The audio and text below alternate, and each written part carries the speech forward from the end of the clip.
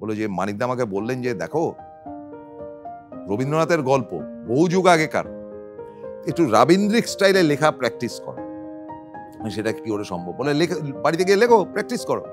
আর তোমাকে খাগের কলমে কিন্তু লিখতে হবে। তখনকার দিনে কিন্তু পেন ছিল না, দোয়াত আর খাগের কলম ছিল। বলে আচ্ছা ঠিক আছে। ওই যে সৌমিত্রর মধ্যে মানিকদা ঢুকিয়ে দিলেন যে তোমাকে এইভাবে লিখতে হবে, সেইটা কিন্তু সৌমিত্রদা একেবারে শেষ দিন অব্দি চালিয়ে গিয়েছিলেন। ওই রাবীন্দ্রিক স্টাইলের লেখা। রবীন্দ্রনাথের লেখা দেখবেন যে রবীন্দ্রনাথের কোনো লেখা থাকলে সেটা যদি ভালো না লাগতো তাহলে ছবি এঁকে সেটাকে কাটতেন, মানে অদ্ভুত ধরনের একটা ছবি বা মেঘ টেক এঁকে কাটতেন। আর মানিকদার হ্যান্ডরাইটিং বা সত্যজিৎ রায়ের হ্যান্ডরাইটিং দেখবেন অসাধারণ সুন্দর, কিন্তু খুব মানে আভিজাত্যপূর্ণ। আর সৌমিত্রর হ্যান্ডরাইটিং যদি কোথাও থেকে জোগাড় করতে পারেন, দেখবেন যেন রবীন্দ্রনাথ নেমে এসছে তার হ্যান্ডরাইটিং।